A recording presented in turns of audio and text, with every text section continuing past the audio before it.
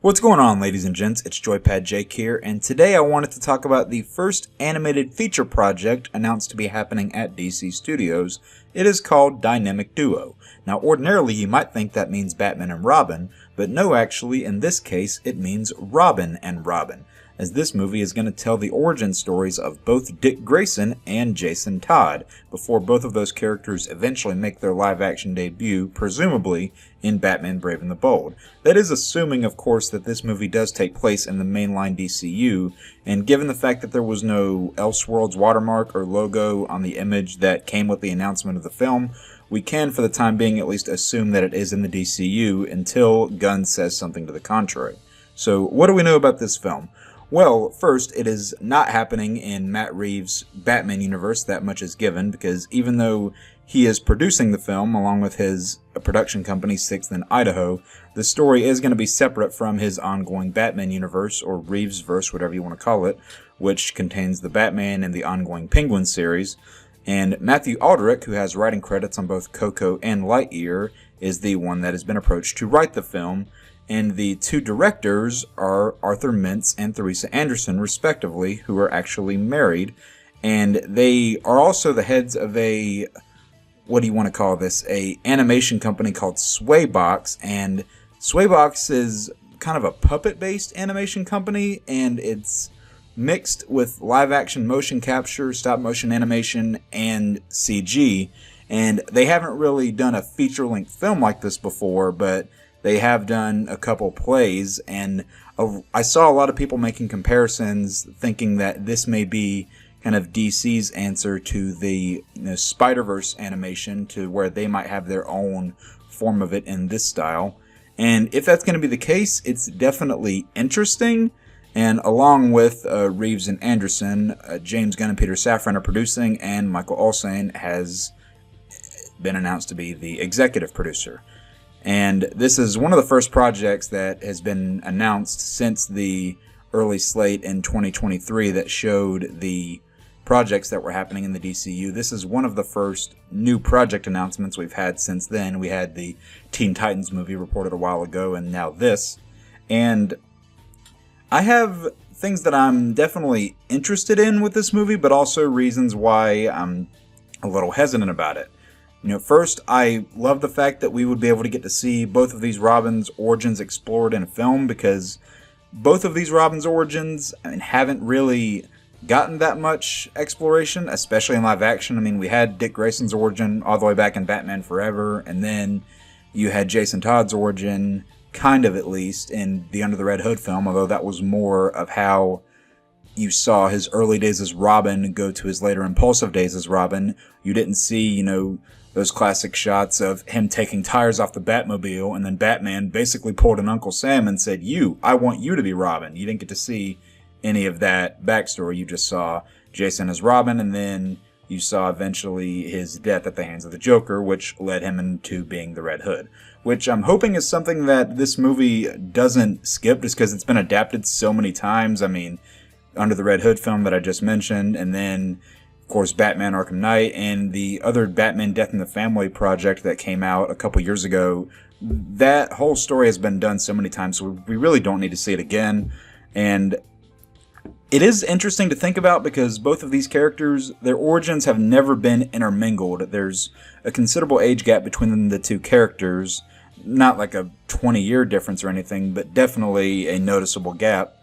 And it's funny because you take, both of these characters, they go on completely separate paths with their arcs, so it's going to be curious to see how they're interacting together when they're first, coming into the world of Batman.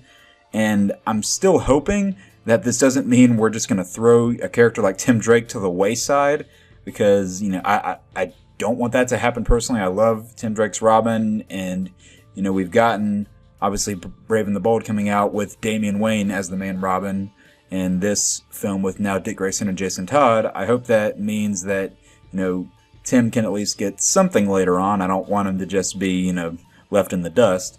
But I am optimistic that this film will flesh out the Bat family a little bit before they make live-action debuts, presumably in Brave and the Bold. But also there's another side to it to where this movie could, give you a lot of exposition and story that a casual moviegoer would go into Brave and the Bold and potentially miss had they not gone and seen this animated film. So they could make it to where you can watch Brave and the Bold without understanding a lot, or without having to have seen the Dynamic Duo film. Like I said, again, assuming they're connected. And it could be written to where you go into Brave and the Bold not confused, but there is that possibility that some people might have a couple questions. And I am just still not 100% sold on them combining the origin stories of the two characters, because I guess just because they're so different. Like, Dick Grayson had the more... He was the one that was directly affected by, Gotham crime. Of course, his parents and family, they were killed at the circus. Tony Zuko, you guys know the origin. And then Jason was the one who, didn't go off with the Titans, didn't become, a more lighthearted superhero. He went down the complete opposite road. So that camaraderie and that dynamic, I think, would definitely be an interesting pitch for the movie. Like, just having that dynamic between the two characters, I think, would be interesting.